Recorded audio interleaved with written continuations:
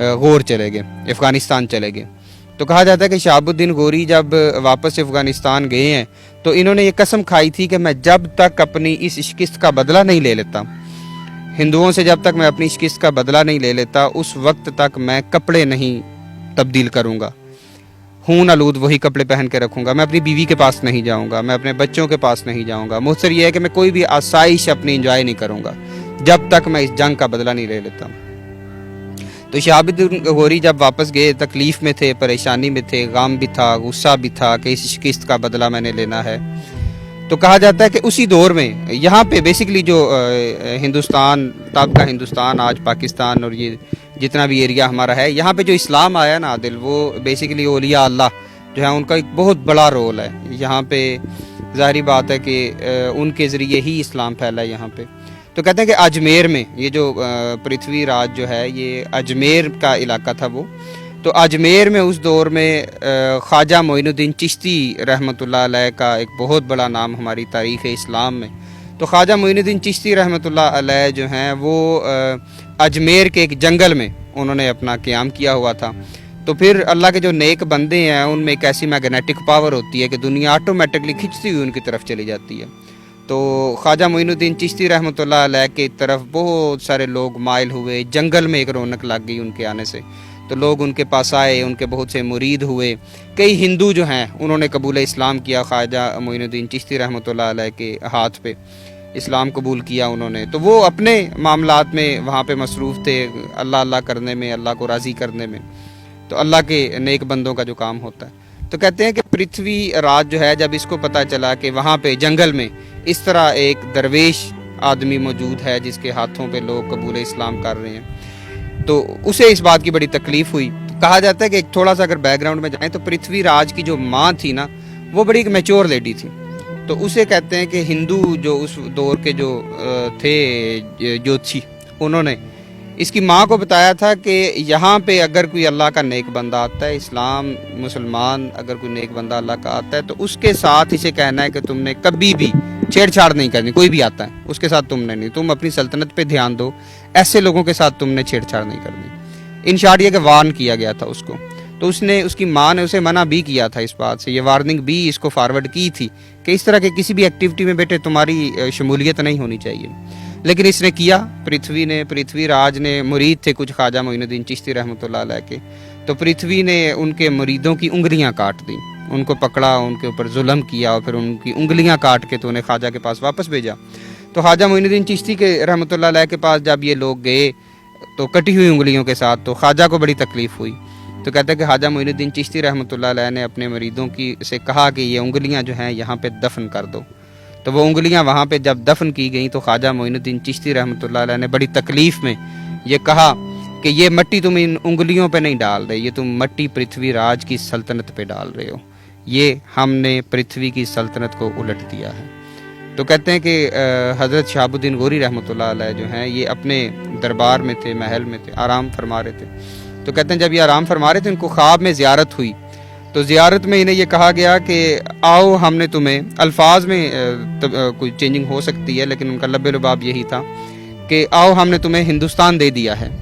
تو کہتے ہیں کہ یہ خواب دیکھنے کے بعد جب صبح سلطان شہاب الدین غوری اٹھے تو انہوں نے اپنے فوج کے جو ان کے تھے مجلس شورا تھے ان کے ساتھ مشورہ کیا کہ اس طرح مجھے خواب آیا. تو انہوں نے کہا جی ایک خواب ہی ہے جسٹ, اور تو کچھ بھی نہیں ہے. تو پھر کہتے ہیں کہ اگلی رات جب دوبارہ سوئے ہیں شہاب الدین غوری تو پھر ڈپٹ کے کہا گیا کہ ہم تمہیں کہہ رہے ہیں کہ ہم نے تمہیں ہندوستان دے دیا تو تم ہندوستان کیوں نہیں آ رہے, ہندوستان تمہیں ہم نے دے دیا. تو کہتے ہیں صبح جب دوبارہ اٹھے پھر پریشان تھے. پھر کچھ روایات میں ہے کہ 2 دن ہی خواب آیا, کچھ روایات میں ہے کہ 3 دن کا یہ خواب تھا. خیر انہوں نے اس دور میں جو اللہ کے نیک بندے تھے ان کے ساتھ مشورہ کیا کہ اس طرح مجھے خواب میں ایک بزرگ ہستی ہے تو وہ بار بار آ کے یہ بشارت دے رہے ہیں, یہ کہہ رہے ہیں کہ ہم نے تمہیں ہندوستان دے دیا ہے, تم ہندوستان آؤ. تو انہوں نے پھر کہا کہ یہ لاسٹ جو خواب ہے اس میں تو ڈپٹ کے مجھے ڈانٹ کے مجھے کہا گیا ہے کہ بھئی یہ تمہیں دے دیا, تم آ کیوں نہیں رہے. تو انہوں نے کہا کہ یہ اللہ کی طرف سے ایک بشارت ہے جو اللہ نے اپنے نیک بندے کے ذریعے آپ کو دی ہے اور تائید غیبی آپ کے ساتھ ہوگی, اب آپ حملہ کریں. تو شہاب الدین غوری نے پھر یہ ڈیسیجن لے لیا کہ now I have to attack. تو جب حملہ کرنے کا انہوں نے سوچ لیا، اس کے لیے اسٹریٹجیز بنانا شروع کر دی. جب مجلس وہ اپنے جو سپہ سالار تھے، جو جرنیل تھے، ان کے ساتھ جب مشورہ کیا گیا تو انہوں نے کہا بھئی ہم نے جب مقابلہ کرنے کے لیے دوبارہ جانا ہے، ابھی ہمیں اتنا ٹائم نہیں ہوا کہ وہاں سے ہم واپس آئے ہیں، تو اتنی جلدی ہم تیاری نہیں کر سکتے کہ دوبارہ ہندوستان پہ جا کے ہم حملہ کر دیں. تو ہمیں تیاری کے لیے کچھ زیادہ ٹائم چاہیے ہوگا، ریکوائرڈ ہوگا، کچھ مزید ٹائم ہمیں ریکوائرڈ ہوگا. تو سلطان شہاب الدین نے کہا کہ نہیں، آپ اس کو جلد از جلد اپنی تیاری مکمل کریں، اور ہم نے دوبارہ ہندوستان پہ حملہ کرنا ہے. ترائن میں دوبارہ ہم نے حملہ کرنا ہے. تو تقریباً 1 لاکھ کی فوج لے کر، کچھ روایات میں ہے کہ 12,000 کی فوج کے مقابلے میں فرنٹ پہ 1,20,000 فوج تھی. کچھ روایات میں یہ ہے کہ یہ تقریباً 1 لاکھ کی فوج لے کے تو شہاب الدین غوری رحمۃ اللہ علیہ وہاں سے ہندوستان سے چل پڑے. جب افغانستان سے وہ چل پڑے اور غالباً درہ گومل کے راستے یہ یہاں سے انٹر ہوئے. اور جب یہ ہندوستان پہنچے ہیں، آگے مقابلے پہ پرتھوی راج چوہان تھا. تو پرتھوی ظاہری بات ہے کہ اس کے پاس تقریباً 150 راجاؤں کے جھنڈوں کے نیچے لاکھوں کی فوج تھی. کچھ روایات میں ہے کہ 5 لاکھ فوج تھی جو شہاب الدین غوری کے مقابلے میں وہ لے کر آئے تھے. اور اس میں ہزاروں کی تعداد میں ہاتھی بھی تھے، پیادہ بھی تھے، لیس تھے، فلی اکوپڈ تھے وہ. تو یہاں سے شہاب الدین غوری تقریباً 1 لاکھ کی فوج لے کر ان کے مقابلے میں گئے. تو کہتے ہیں کہ جب شہاب الدین غوری وہاں پہ گئے ہیں تو پرتھوی نے یہ پیغام بھیجا تھا شہاب الدین غوری کو کہ آپ یہاں سے واپس چلے جائیں، ہمارا اور آپ کا مقابلہ بنتا نہیں ہے. آپ کی چند ہزار یا 1 لاکھ فوج ہے، تو ہماری فوج آپ دیکھیں، ہمارے اور اپنے ویپنز کا ڈفرنس دیکھیں. تو ہمارے پاس ہاتھی ہیں، آپ کے پاس گھوڑے ہیں، تو آپ واپس چلے جائیں. تو کہتے ہیں کہ شہاب الدین غوری نے یہ کہا تھا کہ بیسیکلی غیاث الدین جو ان کے بڑے بھائی تھے، میں تو ان کے حکم پہ یہاں پہ آیا ہوں، تو میں ان کی اجازت کے بغیر یہاں سے واپس بھی نہیں جا سکتا ہوں. خیر تھوڑا سا پیچھے ہٹے وہ. جب پیچھے ہٹے تو انہوں نے یہ کنسیڈر کر لیا پرتھوی نے کہ اب فتح جو ہے وہ ہماری ہو چکی ہے، اب تو یہ شکست کھا کے تو واپس جا چکے ہیں، بات ہمارے انہوں نے مان لی ہے. خیر وہاں پہ شراب و شباب جو ہے وہ چلا. پھر پرتھوی کے افواج میں وہ اپنی انجوائمنٹ میں تھے کہ ہماری کیا کہتے ہیں اسے، انٹرٹینمنٹ ان کی چل رہی تھی، اس کی فتح کی سیلیبریشنز چل رہی تھی. تو انہوں نے جناب پیچھے ہٹ کے کچھ، تو کہتے ہیں کہ شہاب الدین غوری رحمۃ اللہ علیہ نے اپنی افواج کو 3 حصوں میں تقسیم کیا، ری آرگنائز کیا، ری ارینج کیا اپنی افواج کو. تو کہتے ہیں کہ تقریباً 40 ہزار کے 3 انہوں نے فلینکس بنائے، رائٹ فلینک بنایا، لیفٹ فلینک بنایا. مرکز کی جو ہے وہ خود تھے سلطان شہاب الدین غوری.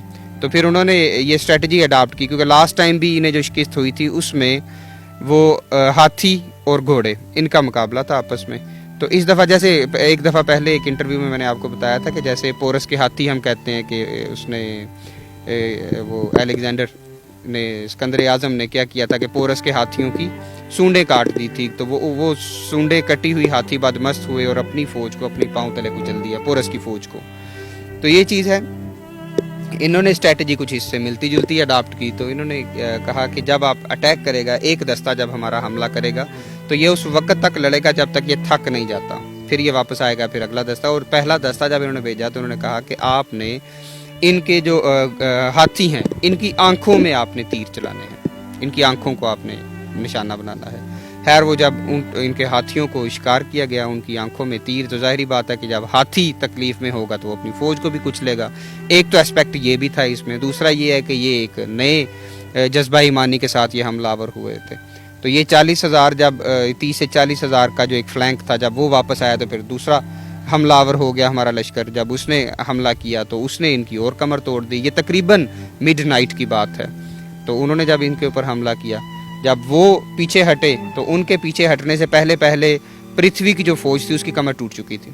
تو یہ لوگ جب واپس آئے تو پھر شہاب الدین غوری جو ہیں یہ خود جس لشکر کا وہ آگے خود کر رہے تھے، لیڈرشپ جس کی کر رہے تھے، اس لشکر کو لے کے تو پھر سلطان صلاح الدین ایوبی نے جو مرکز کا فلینک تھا اس کو لے کے پھر انہوں نے حملہ کیا اس کی فورسز پہ جو رہی صحیح کثر تھی سلطان شہاب الدین غوری رحمۃ اللہ علیہ نے نکال لی اس کی. تو کہتے ہیں کہ پرتھوی راج چوہان جو ہے جو تکبر میں تھا کہ میری بہت بڑی فوج ہے، میرے پاس ہاتھی ہیں، آپ کے پاس گھوڑے ہیں، میں ویل اکوپڈ میری آرمی ہے، ہمارے وطن میں آپ آئے ہوئے ہیں. تو یہ سارا کچھ تہس نہس ہوا اور اللہ تعالیٰ نے سلطان شہاب الدین غوری رحمۃ اللہ علیہ کو فتح عطا فرمائی اور انہوں نے پرتھوی راج کو قید کیا. تو قید کر کے تو کہتے ہیں کہ جب سلطان گئے ہیں اس کو فتح کرنے کے بعد تو پھر انہیں بتایا گیا کہ اس طرح اللہ کے ایک نیک بندے درویش ایک جنگل میں بیٹھ کے تو اللہ کو یاد کرتے ہیں اور لوگ وہاں پہ ان کے پاس جاتے ہیں، تو آپ بھی زیارت کے لیے چلیں۔ تو کہتے ہیں کہ سلطان شہاب الدین غوری آلریڈی بڑا وہ تھا، اللہ کے نیک بندوں سے ایک عشق ایک محبت کرنے والے لوگ تھے یہ۔ تو کہتے ہیں کہ جب شہاب الدین غوری وہاں پہ گئے ہیں تو جنگل میں جب جا کے خواجہ سے ملاقات ہوئی تو جاتے ہی پہچان لیا کہ یہی وہ ہستی ہے کہ جس نے مجھے یہ بشارت دی تھی کہ آپ آئیں اور ہندوستان ہم نے آپ کو دے دیا ہے۔ تو جب ملاقات ہوئی تو کہتے ہیں کہ شہاب الدین غوری نے جاتے ہی اپنی وہ پگڑی، اپنا وہ تاج، اپنی وہ جو ٹوپی تھی وہ اتار کے تو خواجہ کے قدموں میں رکھی۔ تو خواجہ نے پھر سلطان ہند نے شہاب الدین غوری کو، فاتح ہند کو، وہ ٹوپی اٹھا کے تو پھر ان کے سر پہ پہنائی۔ انہوں نے کہا کہ یہ جگہ ہے اس کی، تو وہ تاج جو ہے ان کو پہنایا گیا۔ تو اس کے بعد سلطان شہاب الدین غوری جو ہیں وہ واپس آئے ہیں۔ تو اس کے بعد تقریباً 1206 تک سلطان شہاب الدین غوری جو ہیں وہ زندہ رہے، حیات رہی ان کی۔ تو 1206 میں واپس جاتے ہوئے یہ جہاں پہ اس وقت ہم بیٹھے ہوئے ہیں یہی راستہ تھا واپسی کا۔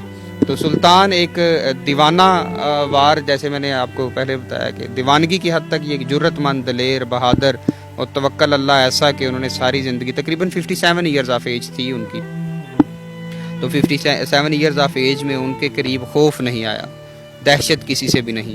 جتنا میں نے سن رکھا ہے کہ وہ خود اعتماد بہت تھے، اللہ پہ ان کا بہت توکل تھا کہ وہ جو بھی کام ہوتا تھا اس میں ان کی کوشش ہوتی کہ یہ میں کر لوں، جنگی معاملات میں۔ ایسے ہی ہے، سلطان شہاب الدین غوری نے ہمیشہ فرنٹ پہ رہ کے لیڈ کیا اپنی فورسز کو، اور یہ توکل تھا، اللہ پہ یہ توکل تھا کہ اللہ کریم نے جو رات قبر میں لکھی ہے وہ قبر میں ہی آنی ہے۔ کیونکہ سر اس ٹائم پہ جو بادشاہ ہوتے تھے تو وہ تو اپنے محلوں کی چھت پہ یا قلعے جو ان کے بنے ہوئے ان کی چھت سے اپنی فوج کو کمانڈ کرتے تھے، تم یہ کر دو، تم وہ کر دو، لیکن ان کے بارے میں کہا جاتا ہے کہ یہ جو ہیں کہ سر فہرست ہو کر جنگ میں شامل ہوتے ہیں۔ بالکل ایسے ہی ہے۔ ان کی ایج بھی 57 ایئرز آف ایج تھے وہ، تو جب ان کی وفات ہوئی تو اس کی بھی ایک بہت بڑی وجہ یہی تھی کہ یہ بھی جب سفر کر رہے تو کہا جاتا تھا کہ کچھ محافظوں کے ساتھ یہ ٹریول کر رہے تھے، تو ان کو شہید کرنے میں کھوکھروں کا ایک رول تھا، کھوکھروں نے انہیں شہید کیا تھا۔ کہا جاتا ہے کہ غالباً 20 غلام تھے، 20 غلام کھوکھر تھے جنہوں نے حملہ کر کے تو سلطان شہاب الدین غوری کو، اتنے بڑے بادشاہ کو صرف 20 لوگ مار دیتے ہیں، یہ سر کوئی بات سمجھ میں آنے والی نہیں۔ اس کی ریزن یہ ہے کہ انہوں نے کبھی بھی اپنی سیکیورٹی کے اوپر وہ توجہ دی ہی نہیں ہے، یہ توکل اللہ ہے۔ ان کو غالباً گورنرشپ دی گئی تھی اور 1192 میں انہوں نے وہ فتح کیا، اور فتح میں بھی آپ دیکھ لیں، آپ ریشو نکالیں نا عادل، دیکھیں فوجوں کی، تو پرتھوی کی فوج کی ریشو دیکھیں اور اپنی ان کی فوج شہاب الدین غوری کی فوج کو دیکھیں، جرت مند آدمی تھے، بہادر آدمی تھے، پیچھے رہنے والے لوگوں میں سے نہیں تھے۔ مجھے یہ بتائیے گا کہ اس میں جو ہمارے ایٹمی میزائل کو غوری کا نام دیا گیا ہے، اس کے پیچھے کیا حقیقت ہے، کیا کہانی ہے؟ اور جہاں تک میرے علم میں ہے تو یہ جو مزار ہے یہ کوئی اتنا پرانا نہیں ہے، یہ کوئی 1998 میں یہ بنا ہے، تو سر یہ ابھی کیوں تعمیر ہوا، پھر یہ میزائل ان کے نام پہ کیوں ہوا، یہ ساری بات پہ بھی روشنی ہوتی ہے۔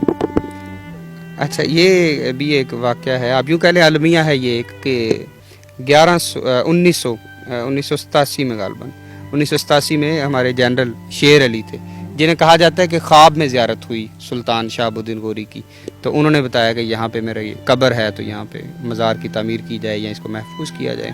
انہوں نے پھر یہاں پہ کچھ جگہ خریدی اور قبر جو ہے اس کے سراؤنڈنگز میں وہ اس کو سیو کیا گیا، باڑ وغیرہ لگائی گئی۔ اس کے بعد ڈاکٹر AQ خان، عبد القدیر خان کو جب اس بات کا پتہ چلا تو انہوں نے پھر 1994 میں یہاں پہ مزید جگہ خرید کر تو یہاں پہ تعمیر کروایا یہ مزار شہاب الدین غوری رحمۃ اللہ علیہ کا۔